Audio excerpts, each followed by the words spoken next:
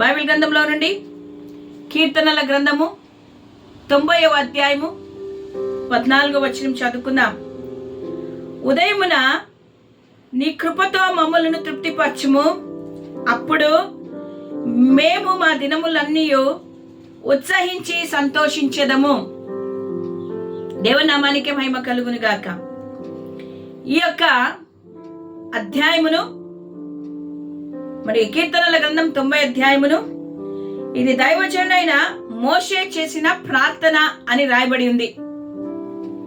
మోషే యొక్క ప్రార్థనను మనము ఈ ఉదయ కాలమున ధ్యానించబోతున్నాం. మోషే దేవుడు ఏమై ఉన్నాడో, ఆయన ఏ రీతిగా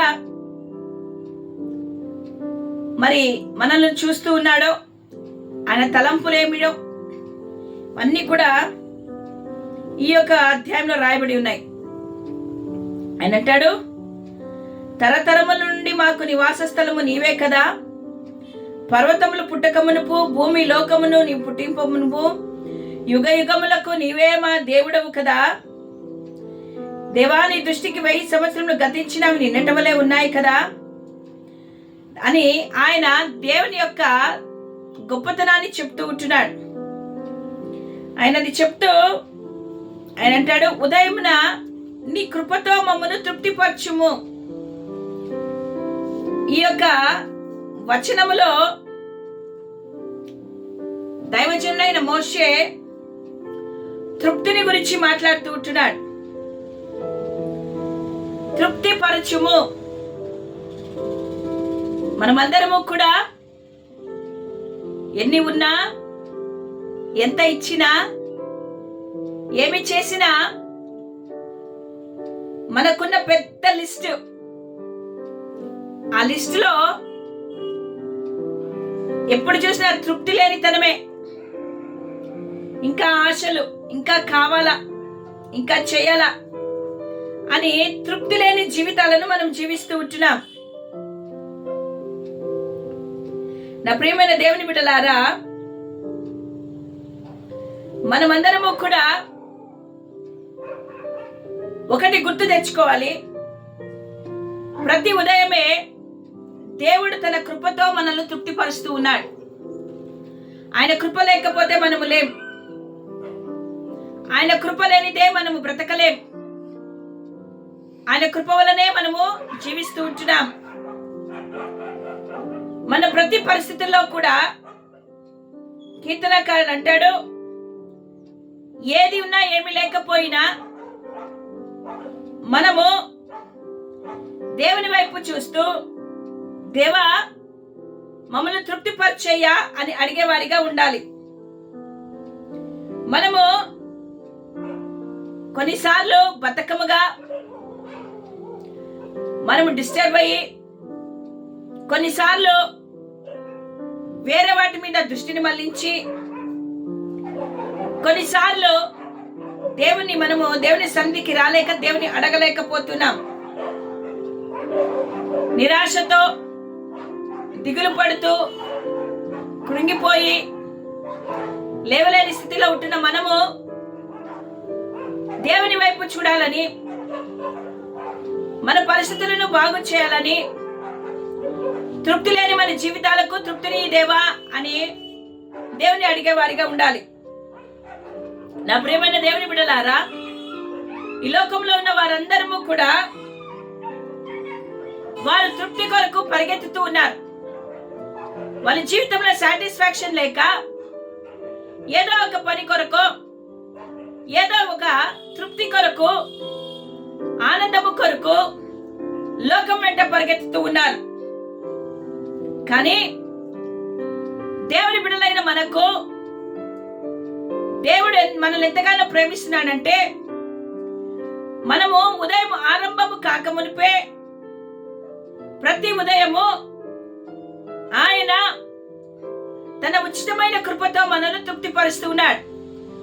లోకంలో ఉన్నవారు సాటిస్ఫాక్షన్ లేక పరిగెత్తుతూ ఉన్నారు, వెతుకుతూ ఉన్నారు.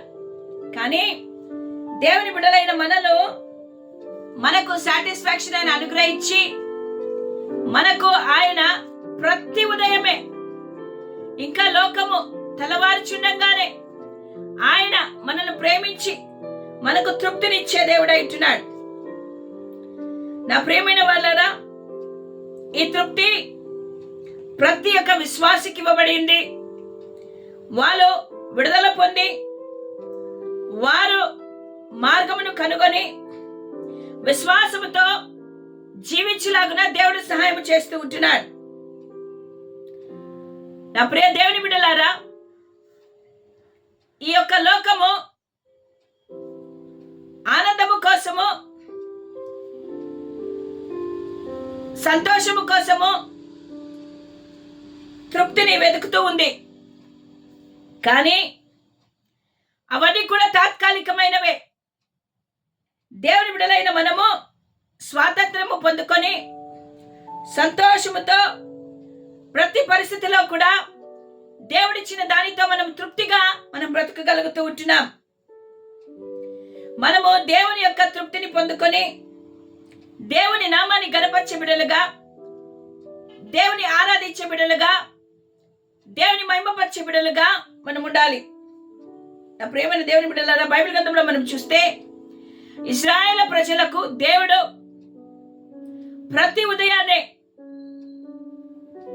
వారిని తృప్తిపరిచాడు. ఏ రీతిగా వారిని తృప్తిపరిచాడు? అనుదినం ఉదయమునే పరలోకము నుండి మన్నాను దేవుడు కురిపించాడు. వారి యొక్క శరీర కోరికలను, ఆకలిని, వారి అవసరతలను ఆయన తీర్చగలిగాడు. ఈ ఉదయకాలము కూడా నిన్ను నన్ను దేవుడు ఎంతగానో ప్రేమిస్తున్నాడు కాబట్టి ఉదయము ఆయన నిన్ను తన వాక్కుతో, తన వాక్యముతో, తన కృపతో, తన బలముతో, తన శక్తితో, తన అభిషేకముతో నిన్ను నింపి నిన్ను తృప్తిపరుస్తూ ఉంటున్నాడు. కొంతమంది ఎంత డబ్బు సంపాదించినా సాటిస్ఫాక్షన్ లేదు, తృప్తి లేదు. ఎంత తిండి తిన్నా తృప్తి లేదు. ఎంత మంచి ఇండ్లు ఉన్నా తృప్తి లేదు. ఎన్ని ఉన్నా సాటిస్ఫాక్షన్ లేక బ్రతుకుతూ ఉన్నారు. కానీ నిన్ను నన్ను ప్రేమించిన మన దేవుడు ప్రతి ఉదయమే ఆయన నిన్ను తన కృపతో తృప్తిపరిచి నిన్ను నడిపిస్తూ ఉంటున్నాడు. అందుకే దైవజనుడు అంటాడు, అప్పుడు మేము మా దినములన్నీ ఉత్సహించి సంతోషించదము. ఉదయమున దేవుడు మనల్ని తృప్తిపరిస్తే ఆ దినమంతా కూడా మనము సంతోషిస్తామంట. హల్లెలూయా. ఉత్సాహంతో మనం ముందుకు వెళ్ళగలుగుతాం. కాబట్టి నా ప్రియమైన వాళ్ళారా, దేవుని సన్నిధికి వచ్చిన మనము తృప్తిపరచబడుతూ ఉన్నాం. ఆయన వాక్యము ద్వారా తృప్తిపరచబడుతూ ఉన్నాం. ఆయన మాటల ద్వారా మనకు సాటిస్ఫాక్షన్ కలుగుతుంది. నువ్వెంత నిస్సహాయ స్థితిలో, ఎంత నిరాశతో, దుఃఖముతో నువ్వు ఒకవేళ ఉదయకాలం లేచి దేవుని సన్నిధిలో కూర్చున్నావేమో, కానీ ఏ ఉదయమున దేవుడు నిన్ను తన కృపతో నిన్ను తృప్తిపరిచి, నిన్ను బలపరిచి, నిన్ను దీవించి, నిన్ను ఆస్వాదించి నిన్ను నడిపించబోతూ ఉంటున్నాడు. అంటే దేవుని మనం కలిగి ఉంటున్నాం. కాబట్టి దిగులు పడకుండా ప్రతి ఉదయమే నేను తృప్తిపరుస్తూ ఉన్నాడు. లోకం ఇచ్చినట్టుగా తృప్తి కాదు. లోకం ఇచ్చే సాటిస్ఫాక్షన్ కొద్ది రోజులే, కానీ ఆయన సాటిస్ఫాక్షన్ ఆయన కృపతో మనల్ని నింపుతూ ఉంటున్నాడు. హల్లెలూయా. దేవుడికే స్తోత్రం కలుగును గాక. కాబట్టి కృప కలిగిన దేవుడు తన కృపనిచ్చి మనల్ని తృప్తిపరిచి నడిపించి ఏదైనా దీవెనలతో మనల్ని అందరినీ నింపి ఆశీర్వదించి బలపరచును గాక. ఆమేన్. కళ్ళు మూసుకుందామా? దేవుని వైపు చూద్దామా? నీకు తృప్తినిచ్చే దేవుని వైపు చూద్దామా? పరిశుద్ధుడైన దేవా, నీకు స్తోత్రములు. ప్రతి ఉదయమే మమ్మల్ని తృప్తిపరుస్తానని మాట ఇచ్చిన దేవుడవు. నువ్వు మమ్మల్ని తృప్తిపరిస్తే ఆ దినమంతా మేము ఉత్సాహించి సంతోషించి గంతులు వేసి ఆనందిస్తాము ప్రభా. నేను మేము నిరాశతో కాక తృప్తి కలిగిన వారిగా సాటిస్ఫాక్షన్ పొందుకొని మేము ముందుకు వెళ్ళడానికి మాకు సహాయం చేయండి. నేనా మేము అన్ని విషయాలలో శారీరకంగా, మానసికంగా, ఆధ్యాత్మికంగా, ఆర్థికంగా, వస్తుపరంగా ప్రతి విషయంలో మాకు సాటిస్ఫాక్షన్ దయచేయి ప్రభా. తృప్తిని మాకు అనుగ్రహించు. లోకం ఇచ్చినట్టుగా సాటిస్ఫాక్షన్ మాకు వద్దు ప్రభా. అది కొంచెంసేపు మాయమైపోతుంది, కానీ నువ్వు ఇచ్చేది శాశ్వతమైనది. అట్టి సాటిస్ఫాక్షన్, అట్టి తృప్తిని మాకు అనుగ్రహించి మమ్మల్ని బలపరచమని, నీ కృపతో నింపమని, నీ రెక్కల కింద ఆశ్రయం అనుగ్రహించమని, మమ్మల్ని లేవనెత్తమని, మేము ఉచ్చరించి సంతోషించే కృపను మాకు దయచేయమని యేసు నామములో అడిగి వేడుకుంటున్నాము తండ్రి. ఆమేన్. హల్లెలూయా.